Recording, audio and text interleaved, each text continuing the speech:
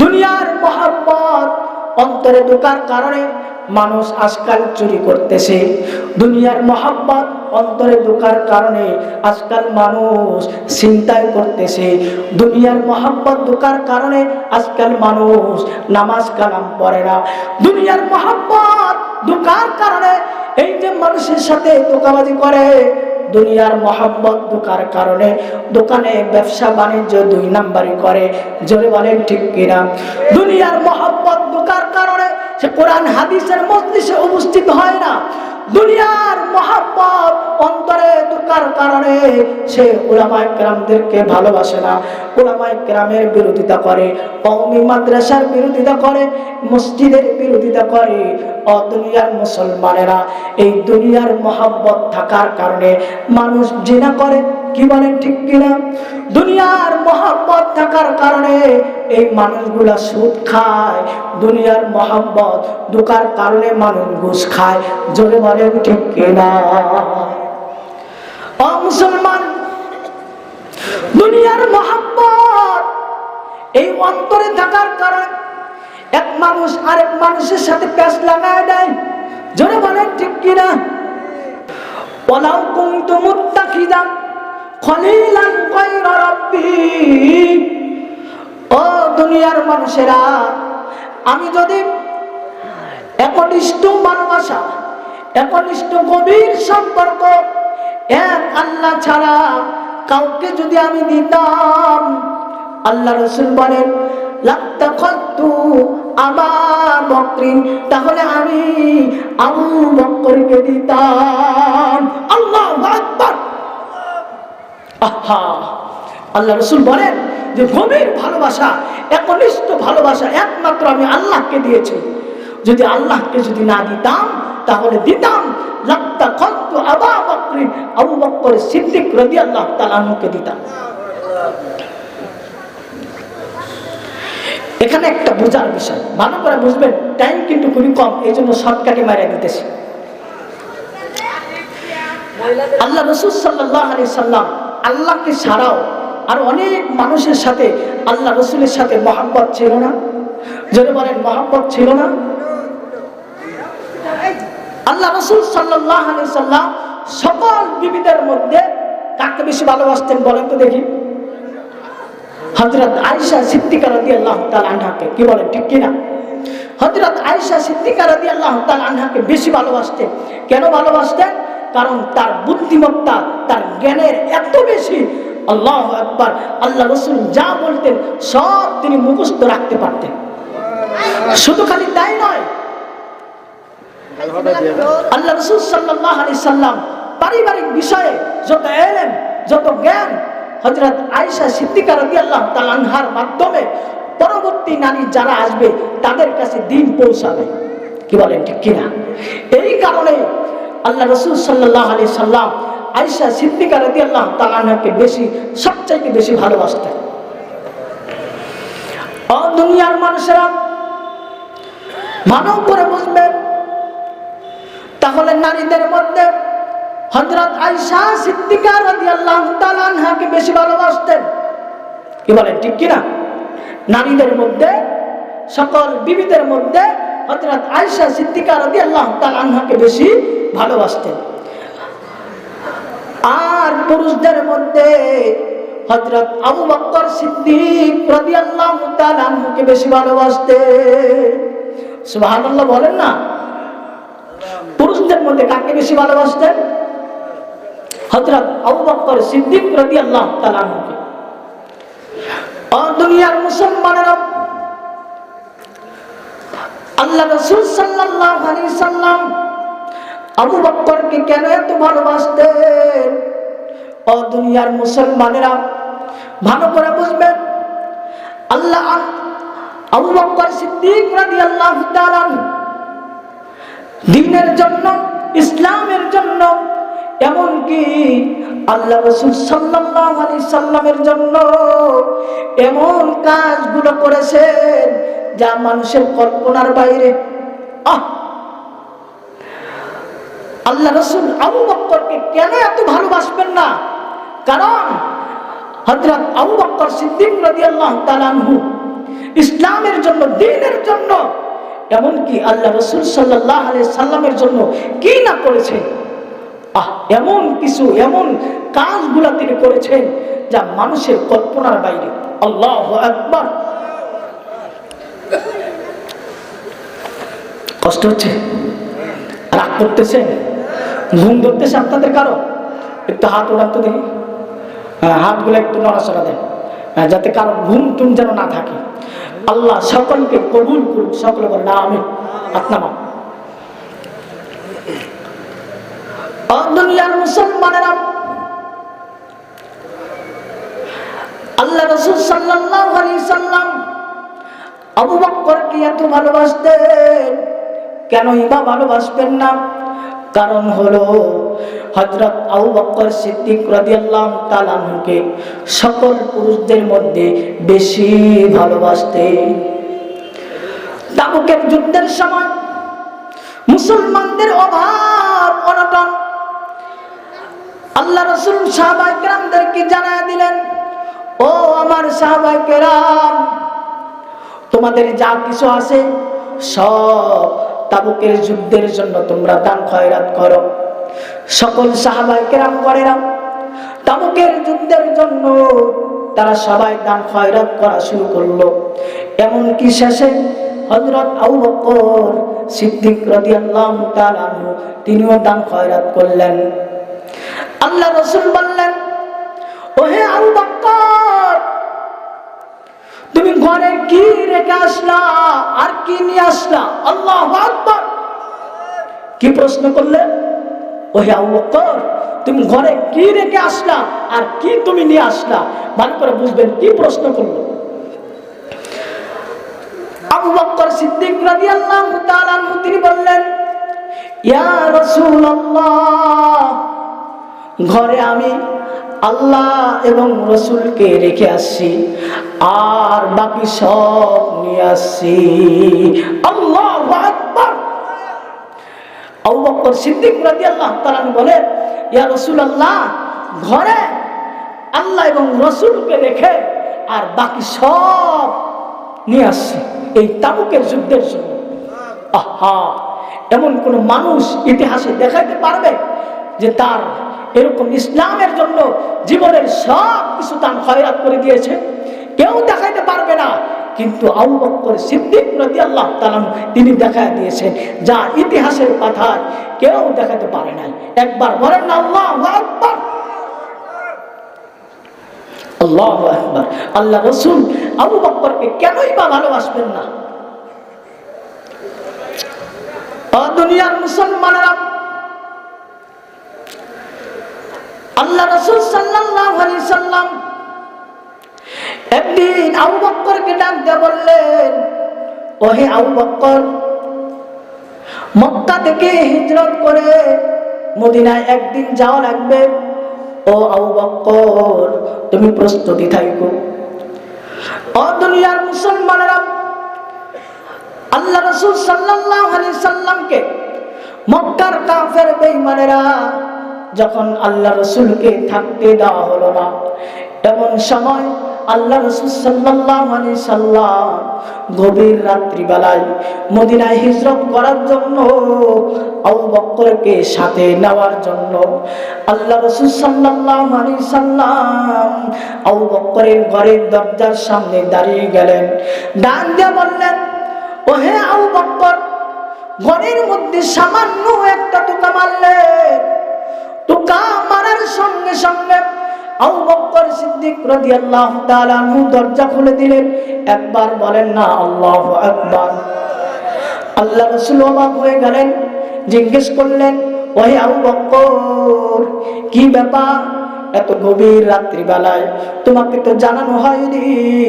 এত গভীর রাত্রি বেলায় ঘরের মধ্যে সামান্য টোকা দিলাম, আর এক টোকাতেই তুমি দরজা খুলে ফেললা, এটা কি করে সম্ভব? আবু বকর তখন ডাক দিয়ে বললেন, ইয়া রাসূলুল্লাহ, আপনি যেদিন থেকে বলেছিলেন যে মক্কার জমিন থেকে ত্যাগ করে মদিনায় হিজরত করা লাগবে। আপনি আমাকে বলেছিলেন যে প্রস্তুতি থাকার জন্য। ওই দিন থেকে ইয়া রাসূলুল্লাহ আমি বিছানায় রাত্রিবেলায় পিঠ লাগাইয়া ঘুমাইতাম না। ও আল্লাহর রাসূল, ওই দিন থেকে, ওই রাত্রিবেলা থেকে বিছানায় পিঠ লাগায় ঘুমাইতাম না। দরজার সঙ্গে সঙ্গে পিঠ লাগায় ঘুমাইতাম, যাতে করে আপনি যখন হঠাৎ করে ডাক দিবেন, যাতে করে সঙ্গে সঙ্গে যেন দরজা খুলতে পারি। ইয়া রাসূলুল্লাহ, আমি যদি বিছানায় ঘুমাইতাম, আবার যদি এমন সময় হতো আপনি আমাকে ডাকতেছেন, ডাকে সাড়া দিতে পারলাম না, তখন তো আপনার অনেক কষ্ট হবে। এই কষ্ট হওয়ার ভয়ে বিছানায় পিঠ লাগায় ঘুমাইতাম না। ওগো আল্লাহর রাসূল, এই কারণে আমি দরজায় পিঠ লাগাইয়া ঘুমাইতাম। আল্লাহু আকবার। আহা, আল্লাহ রাসূল বলে, অবাক হয়ে গেলেন আল্লাহ রাসূল। এই কারণেই তো আল্লাহ রাসূল আবু বকরকে এতটা ভালোবাসতেন, কি বলেন ঠিক কিনা? কিন্তু এই সাহাবায়ে কেরামদের প্রতি যে ভালোবাসা, এটা কেবলমাত্র সাধারণ ভালোবাসা, কি বলেন ঠিক কিনা? আহা, আবু বকর সিদ্দিক রাদিয়াল্লাহু তাআলা তিনি রাসূলকে কি পরিমাণ ভালোবাসতেন, আর আমরা কেমন রাসূল করিম সাল্লাল্লাহু আলাইহি সাল্লামকে কি পরিমাণ ভালোবাসি। অনেক পার্থক্য আছে না? জোরে বলেন, পার্থক্য আছে না? আহা, রাসূলের মহব্বত আমাদের ভিতরে নাই কেন? দুনিয়ার মহব্বত অন্তরে ঢুকে গেছে। তাহলে বোঝা গেল এই যে সাহাবায়ে কেরামদেরকে আল্লাহ রাসূল ভালোবাসতেন, নারীদেরকে যে ভালোবাসতেন, এই ভালোবাসা ছিল একমাত্র সাধারণ ভালোবাসা, কি বলে ঠিক কিনা? কিন্তু একনিষ্ঠ ভালোবাসা, গভীর সম্পর্ক ভালোবাসা একমাত্র কার সাথে? যারা বলেন কার সাথে? একমাত্র আল্লাহ তাআলার সাথে। আহা, ওরকম ভালোবাসা আমাদের কারণে আমরা তো দুনিয়ার মহব্বতে অন্তরে ঢুকে গেছি, যার কারণে মাঝে মাঝে নামাজ নষ্ট হয়ে যায়, যার কারণে আমরা চুরি করতে দ্বিধাবোধ করি না, যার কারণে মিথ্যা কথা বলতে আমরা দ্বিধাবোধ করি না, কারণ দুনিয়ার মহব্বত অন্তরে ঢুকে গেছে, দ্বীনের মহব্বত অন্তরে নাই, কি বলে ঠিক কিনা? ও যুবক ভাইরা আমার, ও পর্দার আড়ালে মা ও বোনেরা, আপনারাও একটু খেয়াল করে শুনে নেন, একটু ভালো করে বুঝেন, তাহলে বোঝা গেল প্রত্যেক মানুষের একটা কলব আছে, আর এই একটা কলবের মধ্যে হয় দুনিয়ার মহব্বত ঢুকবে, আর না হয় দ্বীনের মহব্বত ঢুকবে। ও দুনিয়ার মানুষেরা, আজকে থেকে আমরা ওয়াদা করব, আজকে থেকে আমরা তওবা করব, আমাদের প্রত্যেকের অন্তরে দুনিয়ার মহব্বতকে ত্যাগ করব। করবেন কিনা জোরে বলেন, করা দরকার আছে কিনা বলেন? দুনিয়ার মহব্বত যদি ত্যাগ না করতে পারেন, কাল কিয়ামতের ময়দানে জাহান্নাম যাওয়া ছাড়া আর কোনো রাস্তা থাকবে না। আল্লাহ আমাদেরকে বুঝার তৌফিক দান করেন। ও যুবক ভাইরা আমার, দুনিয়ার মহব্বত অন্তর থেকে ত্যাগ করতে হবে, দ্বীনের মহব্বত অন্তরের মধ্যে প্রবেশ করতে হবে। এখন আপনারা বলতে পারেন, হুজুর দুনিয়ার মহব্বত যদি একেবারে ত্যাগ করি, তাহলে এই দুনিয়ার জীবনে কেমনে চলবো? কারণ দুনিয়াতে চলা দরকার আছে না? দুনিয়াকে ছাড়া কেউ চলতে পারবে না, দুনিয়া লাগবে, তবে কতটুকু? যতটুকু দরকার, কি বলে ঠিক কিনা? কিন্তু পরিপূর্ণ মহব্বত থাকবে দ্বীনের সাথে, দুনিয়ার সাথে না। দুনিয়ার সাথে কি পরিমাণ মহব্বত থাকবে? যতটুকু দরকার, কি বলে ঠিক কিনা? আর আমাদের তো দ্বীনের মহব্বত তো নাই, পুরাপুরি অন্তরে আমাদের দুনিয়ার মহব্বত ঢুকে গেছে। আল্লাহ আমাদেরকে বুঝার তৌফিক দান করেন।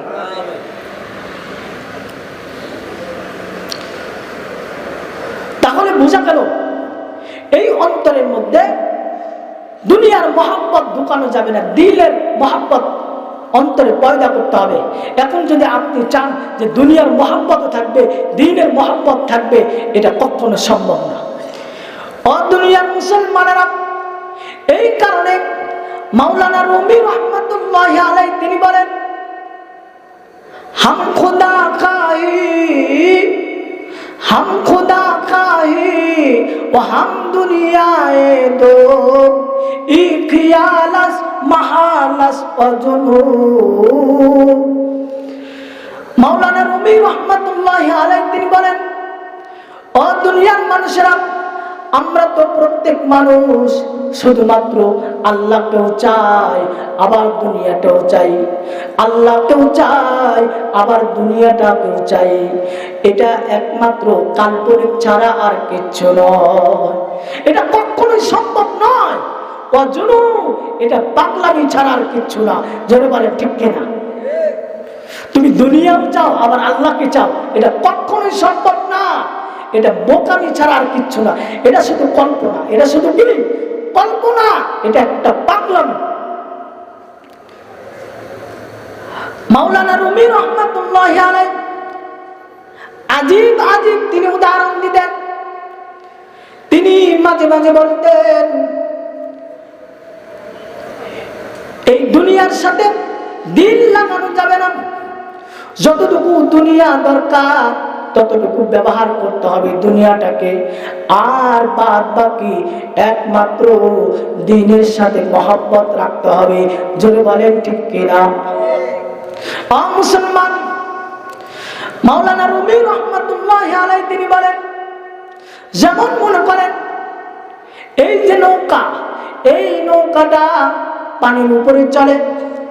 এখন যদি এই পানিটা নৌকার ভিতরে যদি ঢুকায় দেন, তাহলে নৌকাটা ডুববে কিনা? জোরে বলে। আহা, এই পানিটা যদি আপনি নৌকার ভিতরে যদি ঢুকায় দেন, নৌকা ডুববে না?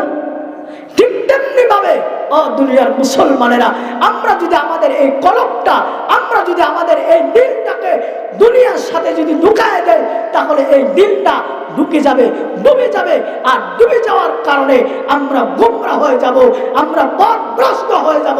এই কারণে বেঈমান অবস্থায় মরা লাগতে পারে। কি বলেন ঠিক কিনা?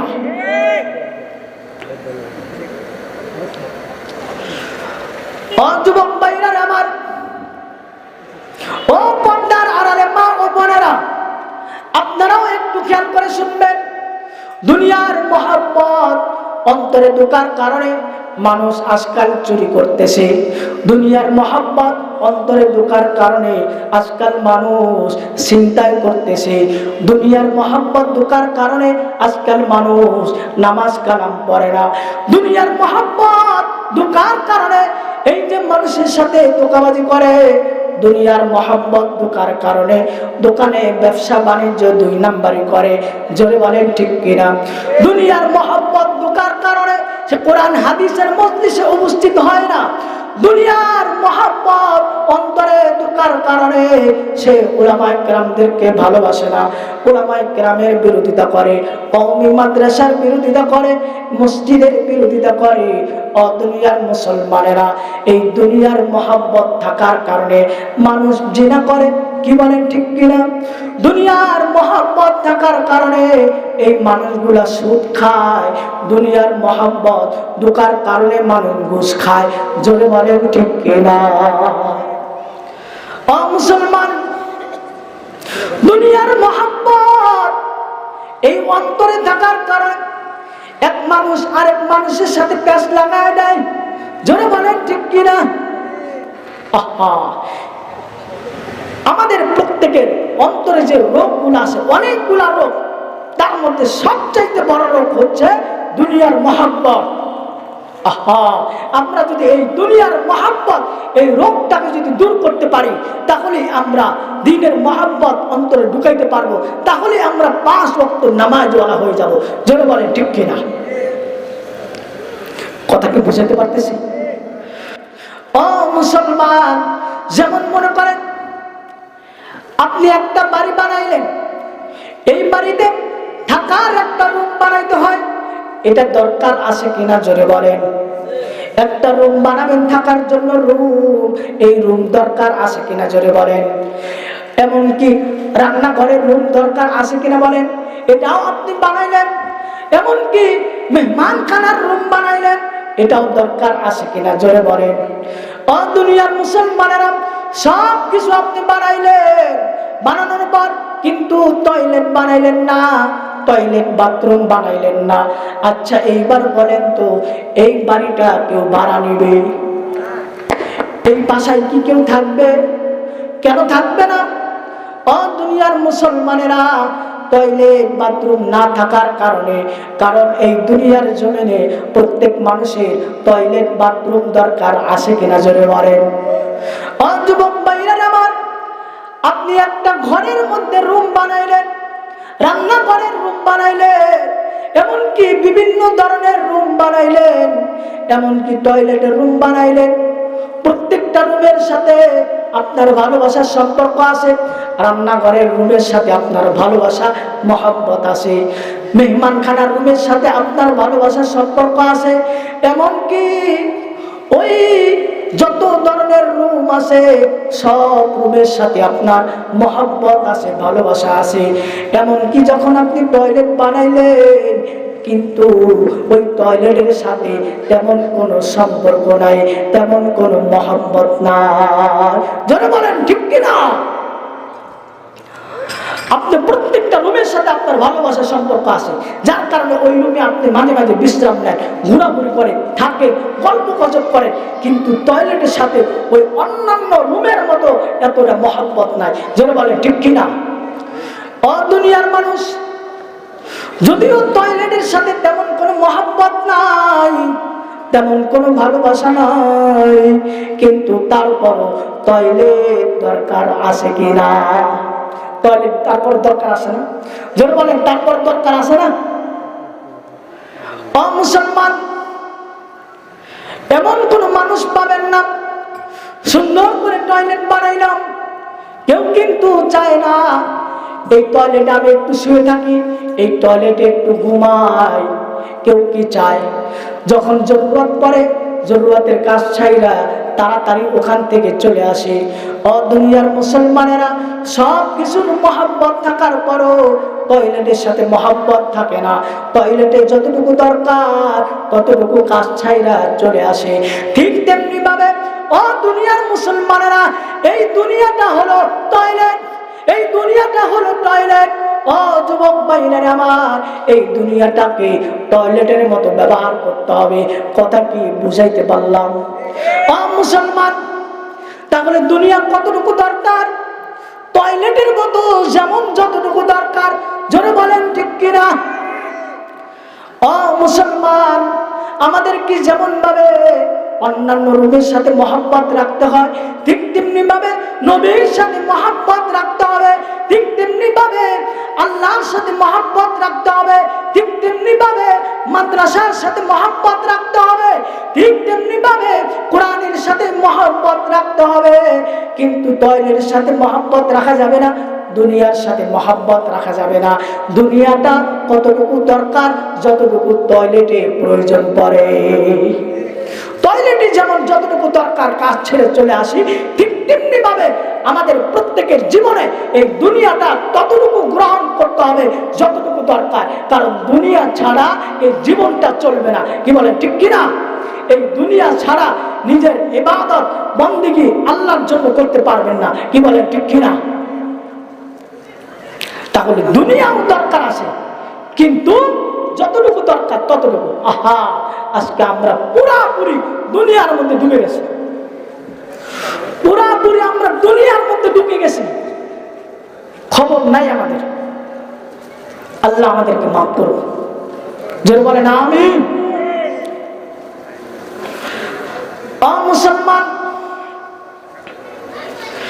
এরকম অনেক বুজুর্গ আপনি পাবেন, এমন এমন বুজুর্গ আছে যে বুজুর্গরা দুনিয়ার মহব্বত একেবারেই নাই, দুনিয়ার মহব্বত একেবারেই নাই, পরিপূর্ণ দ্বীনের মহব্বত আছে। যেমন মনে করেন মলখের বাদশা ইব্রাহিম বিন আদহাম রাহমাতুল্লাহি আলাইহি, তিনি এত বড় বাদশা ছিলেন, তার কোনো টাকা পয়সার অভাব ছিল না, গাড়ি বাড়ির অভাব ছিল না, কোনো কিছুর অভাব ছিল না।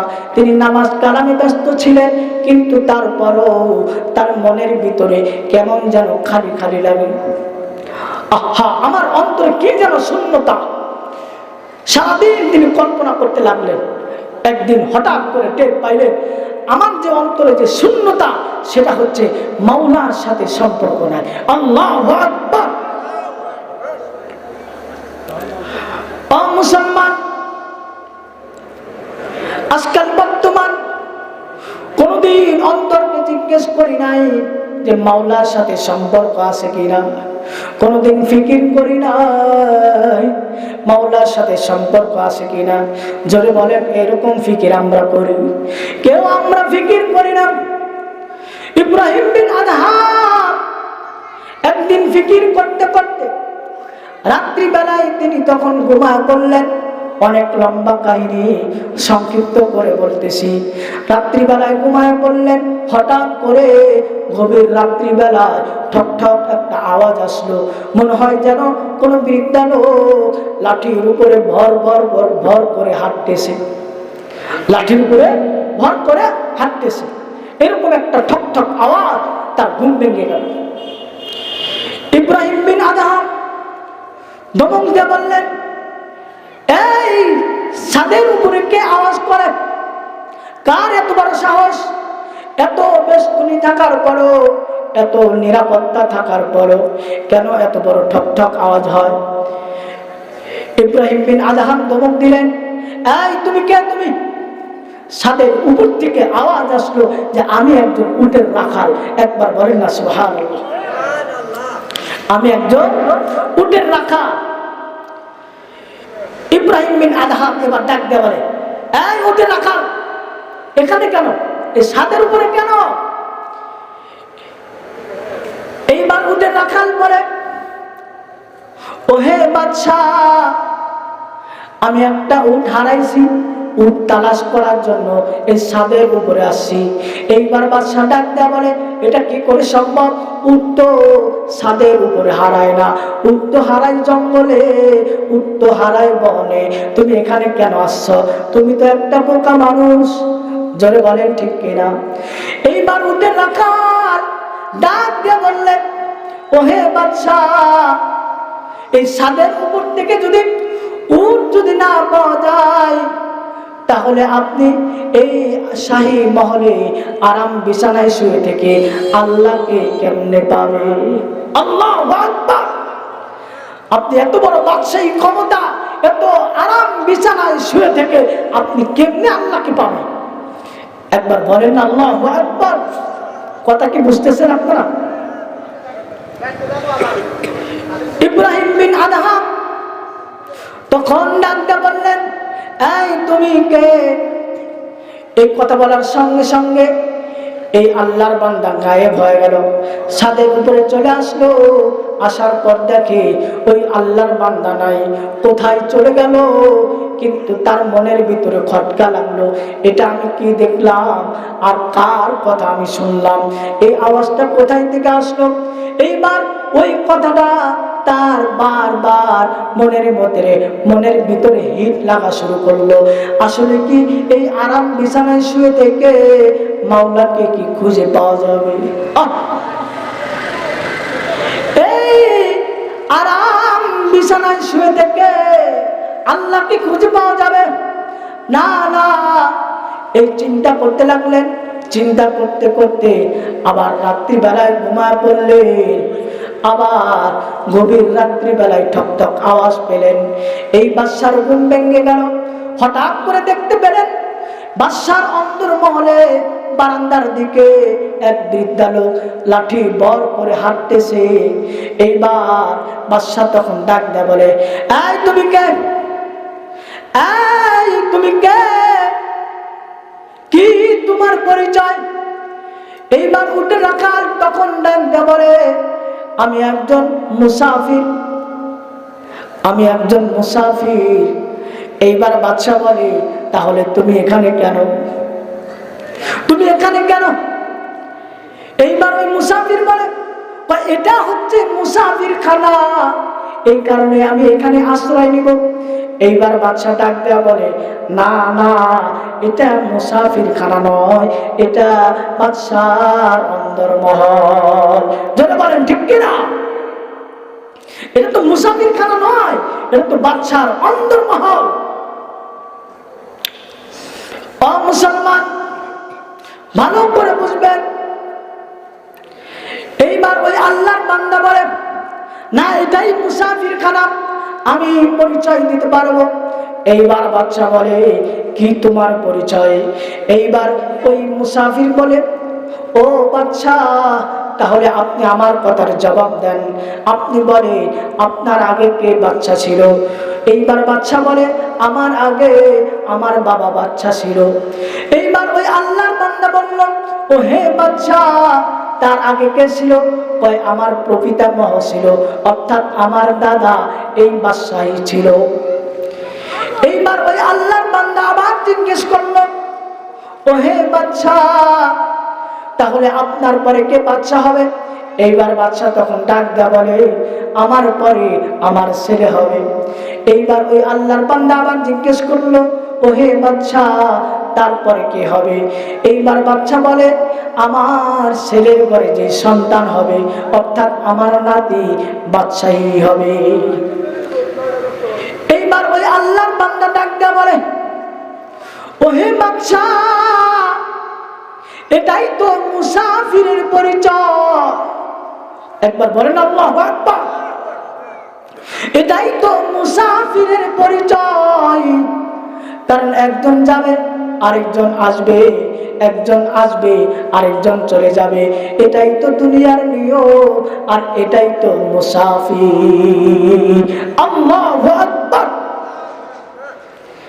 একজন বাদশাহী হবে, তার ক্ষমতা শেষ, আরেকজন আসবে, একজন যাবে আরেকজন আসবে, একজন যাবে আরেকজন আসবে, এটাই তো মুসাফির।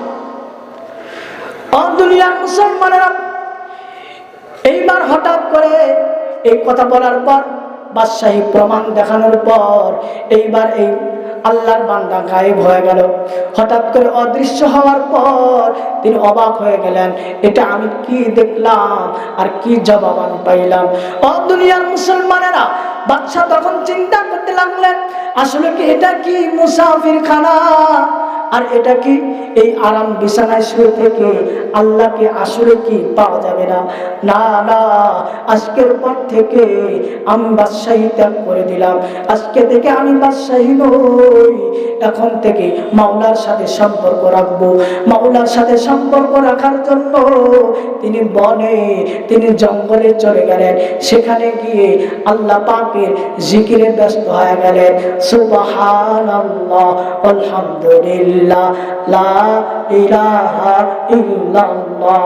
বলেন না, সুবহানাল্লাহ, আলহামদুলিল্লাহ, লা ইলাহা ইল্লাল্লাহ, সুবহানাল্লাহ, আলহামদুলিল্লাহ, লা ইলাহা ইল্লাল্লাহ।